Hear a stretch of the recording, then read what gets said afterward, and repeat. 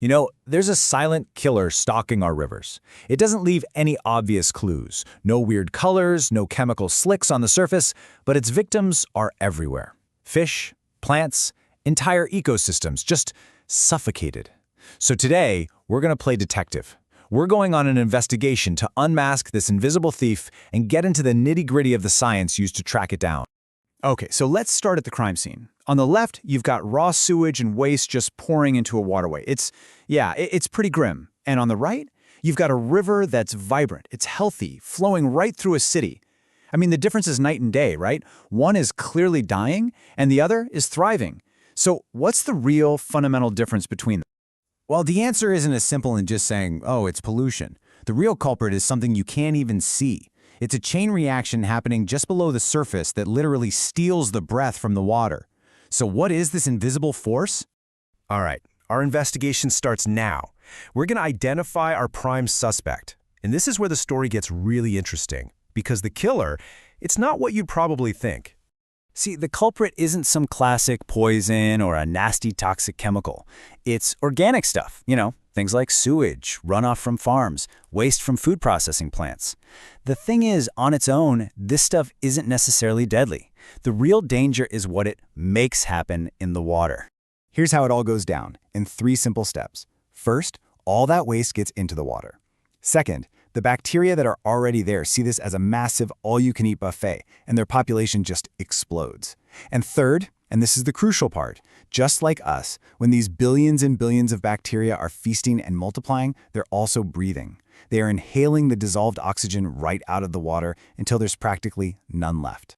And the result of that? It's just devastating. When that huge bacterial bloom uses up all of the available oxygen, there's nothing left for the fish, the insects, or the plants. The entire river essentially suffocates. So this isn't a case of poisoning, it's asphyxiation on a massive scale. Okay, so we've identified our culprit, but how do we measure the crime? How do environmental scientists actually put a number on this threat? Well, let's get into the forensic tools of the trade, which really all boils down to a simple 3-letter acronym, B-O-D. The whole investigation kicks off right here with a simple water sample in one of these special glass bottles. The process is actually kind of beautiful in its simplicity. Scientists go out, they grab a sample of river water, they seal it up in this bottle, and then they just wait. And what are they measuring? They're measuring this, Biochemical Oxygen Demand, or B-O-D. Now get this, it's not a measure of the waste itself, it's a measure of how much oxygen the bacteria will demand to break all that waste down. So a high B-O-D number means the water is chock full of organic waste, which is going to trigger a huge oxygen demand from all those hungry bacteria. So here's how the standard test works. First, they measure the dissolved oxygen on day 0, right when they take the sample. Then, they pop the bottle into a dark incubator, keep it at a steady 20 degrees Celsius for 5 full days. On day 5, they take it out and measure the oxygen again. The difference, the amount of oxygen that's vanished, that's your 5-day BOD, or BOD5. It's a direct measurement of how hard those bacteria had to work. This graph here shows that whole process in action. That top curve, that's the oxygen level dropping over those 5 days. And the bottom curve shows the waste being eaten up.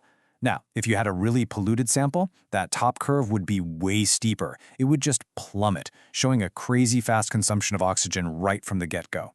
But just when you think you've got it all figured out, the plot thickens. Turns out, our oxygen-demanding waste isn't just one single bad guy. It actually has 2 different identities, and each one works on a totally different timeline.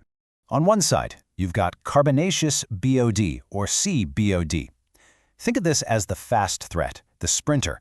It comes from the carbon in most organic waste, and it causes that immediate oxygen drain. But then you have nitrogenaceous BOD, or N-BOD. This is the slow burn threat, the marathon runner. It's caused by nitrogen compounds like ammonia, which you find a lot in sewage.